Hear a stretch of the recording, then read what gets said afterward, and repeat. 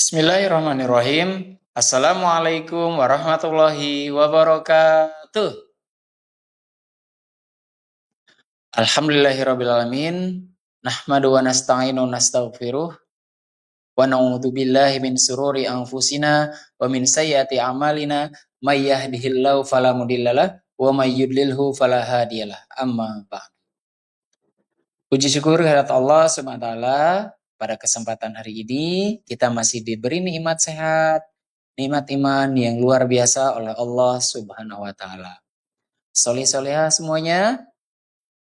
Masya Allah, bagaimana puasa hari ini? Alhamdulillah lancar ya kakak-kakak semuanya. Semoga soleh-soleha dalam keadaan sehat dan senantiasa dalam lindungan Allah Subhanahu wa taala. Amin ya Allah ya Robbal. Soleh-soleha, untuk kultum Ramadan kita hari ini, Mister akan menyampaikan materi tentang manusia tanpa Al-Quran seperti rumah tanpa pondasi. Yuk, soleh-soleha, kita simak ya.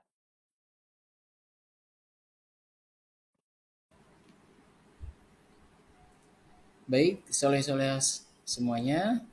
Nah, apa yang terjadi pada sebuah rumah jika tidak memiliki pondasi yang kuat?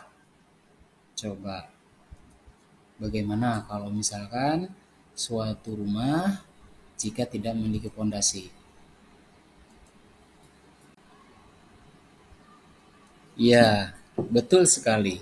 Tentunya ya, suatu rumah jika tidak memiliki pondasi yang kuat, itu pasti akan mudah roboh. Betul ya? Nah, seperti pada gambar yang Mister tampilkan ini, coba perhatikan. Gambar yang pertama ada rumah yang bangunannya mudah roboh. Sedangkan gambar yang kedua itu ada gambar rumah yang kokoh. Nah, ini perumpamaan ada rumah yang mudah roboh dan rumah yang kokoh. Nah, pastinya rumah yang mudah roboh ini pasti pondasinya tidak kuat, betul? Nah, lalu bagaimana dengan rumah yang tegak berdiri dan kokoh? Tentunya pasti memiliki pondasi yang sangat kuat.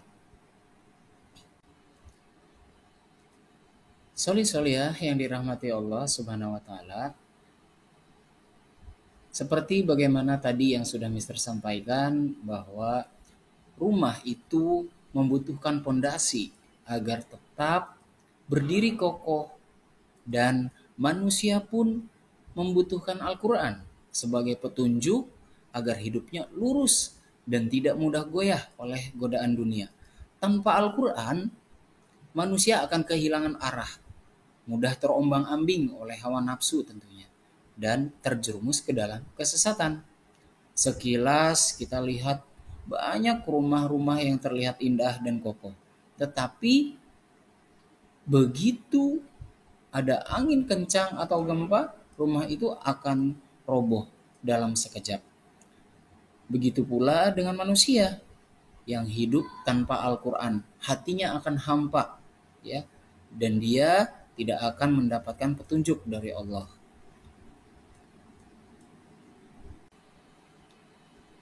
Al-Quran itu adalah pedoman hidup bagi setiap muslim.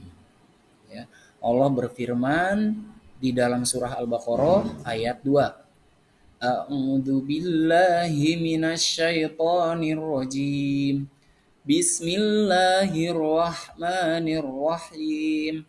Dzalikal kitabu la raiba fihi hudal lil muttaqin.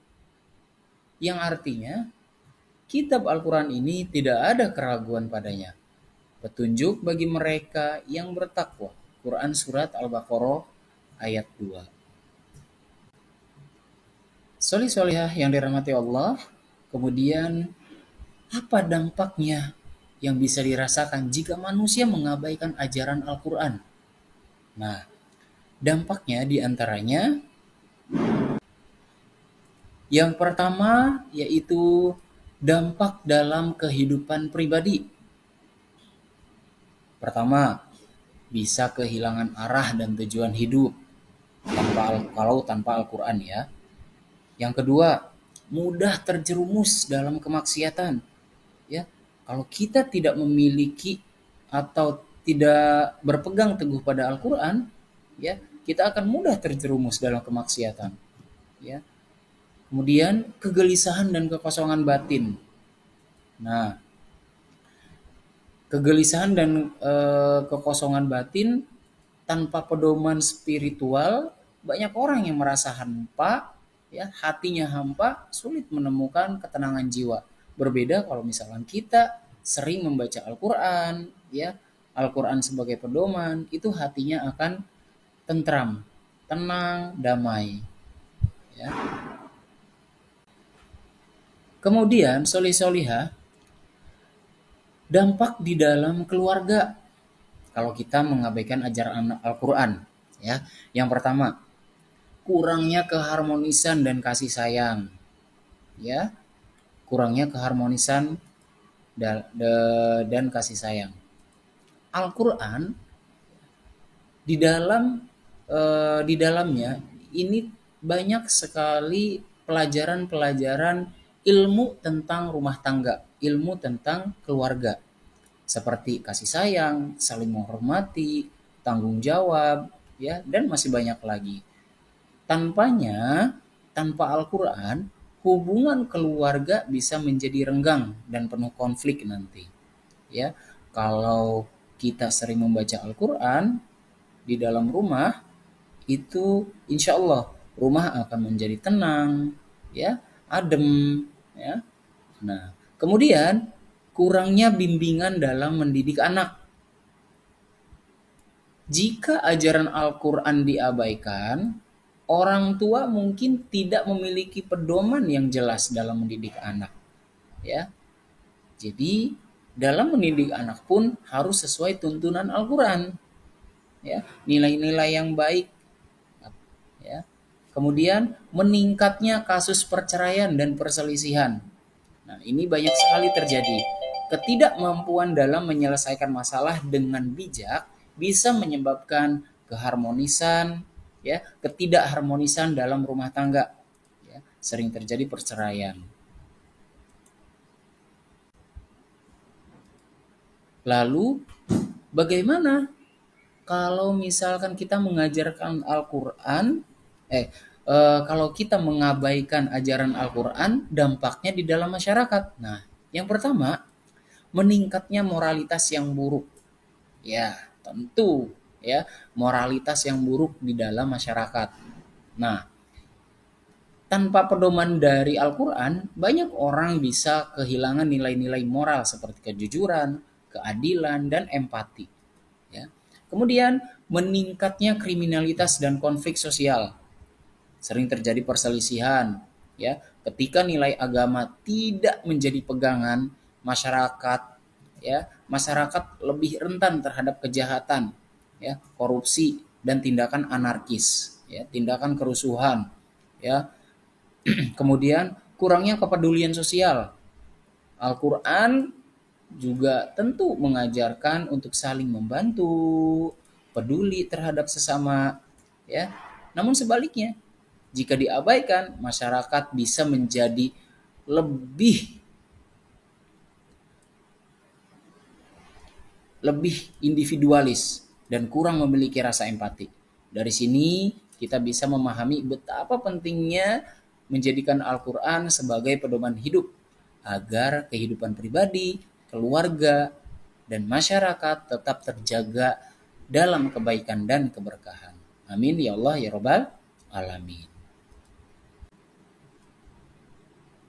Solih-solihah yang dirahmati oleh Allah Subhanahu wa Ta'ala, bagaimana cara menjadikan Al-Quran sebagai pondasi utama dalam kehidupan, baik secara pribadi maupun dalam masyarakat? Nah, cara menjadikan Al-Quran sebagai pondasi dalam kehidupan pribadi, yang pertama jelas membaca dan memahami Al-Quran, ya, secara rutin. Seperti yang sekarang Kakak lakukan setiap hari ya, tilawah, murojaah di rumah. Nah, itu sangat bagus sekali. Membiasakan membaca Al-Qur'an setiap hari meskipun hanya satu ayat ya.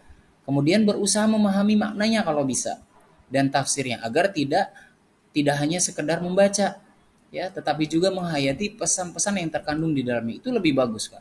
Ya. Kemudian mengamalkan ajarannya dalam kehidupan sehari-hari. Nah, ini menjadikan Al-Qur'an itu sebagai pedoman dalam mengambil keputusan, ya. Kemudian menerapkan nilai-nilai keislaman seperti kesabaran, kejujuran, ya, dan keadilan dalam setiap aspek kehidupan. Nah, kemudian yang ketiga, berusaha menghafal ayat-ayat Al-Qur'an, Kak. Ya, seperti kemarin Kakak mengikuti munakosyah ya. Nah, itu Masya Allah luar biasa ya. Itu merupakan bentuk usaha Kakak ya untuk menghafal ayat-ayat Al-Qur'an. Luar biasa. Menghafal ayat-ayat Al-Qur'an yang relevan dalam kehidupan sehari-hari itu sangat hebat ya. Memperbanyak interaksi dengan Al-Qur'an agar lebih melekatkan dalam hati dan pikiran. Nah, kemudian meningkatkan kualitas ibadah. Nah, yang hari ini sholatnya masih bolong-bolong, ya yuk bareng-bareng perbaiki. Yang sudah baik, Masya Allah luar biasa, terima kasih. Kemudian yang sholatnya ya sudah tepat waktu, bagus, luar biasa. Ya, kemudian ya yang sholatnya bacaannya masih cepat-cepat, belum tartil, yuk perbaiki bersama-sama ya. Karena sholat itu sebagai sarana untuk berkomunikasi dengan Allah ya. Jadi dari harus secara ikhlas, tulus ya. Karena itu bentuk komunikasi dengan Allah ya, curhatan dengan Allah. Kemudian menggunakan doa-doa dari Al-Qur'an dalam keseharian. Nah, itu juga seperti Robbana atina fid dunya hasanah wa fil akhirati hasanah wa qina adzabannar. Kemudian eh, doa mau makan, ya, doa mau tidur. Nah, itu merupakan doa-doa yang harus kita laksanakan juga, yang harus kita lakukan, ya. Kemudian bergabung dalam majelis ilmu, Kak. Nah, bergabung dalam majelis ilmu seperti mengikuti kajian tafsir Al-Qur'an ya, seperti pengajian-pengajian yang ada di rumah-rumah ya, yang ada di majelis-majelis. Kemudian berdiskusi dengan orang-orang yang juga berusaha mengamalkan Al-Qur'an. Ya, seperti di sini ya, di sekolah kalian berdiskusi dengan guru-guru uminya ya tentang Al-Qur'an ya, dengan Mister Yusuf, dengan Umi Puji, ya, itu sering-sering ngobrol tentang Al-Quran. Itu sangat bagus sekali untuk meningkatkan kualitas ibadah, ya, bergabung majelis ilmu, ya, itu. Nah, kemudian solih-solihah yang dirahmati Allah, cara menjadikan Al-Quran sebagai pondasi dalam kehidupan masyarakat, tentunya yang pertama adalah menjadikan Al-Quran sebagai pedoman dalam berinteraksi. Tadi ya, jadi di dalam masyarakat itu kita mengedepankan akhlak yang baik dalam pergaulan, saling menghormati, ya, saling menghormati dan membantu sesama sesuai ajaran Al-Quran. Kemudian mendidik generasi generasi muda dengan nilai-nilai Al-Quran. Contohnya mengajarkan anak-anak membaca dan memahami Al-Quran sejak dini ya, dari TK, dari PAUD, kemudian SD kelas 1, kelas 2 ya, Masya Allah. Nah, kemudian membentuk lingkungan yang mendukung penerapan ajaran Islam ya. Banyak tuh sekarang ya di lingkungan-lingkungan kita ya sudah ada pengajian-pengajian ya, itu sangat bagus. Kemudian yang ketiga menerapkan prinsip keadilan dan kejujuran dalam masyarakat. Kenapa ini penting ya? Prinsip-prinsip keadilan dan kejujuran dalam masyarakat tentunya Contohnya nanti akan membangun budaya kerja yang jujur dan amanah, menegakkan keadilan dalam berbagai aspek kehidupan sosial ataupun hukum. Nah, kemudian menghidupkan budaya saling menasihati dalam kebaikan. Ya, ini eh,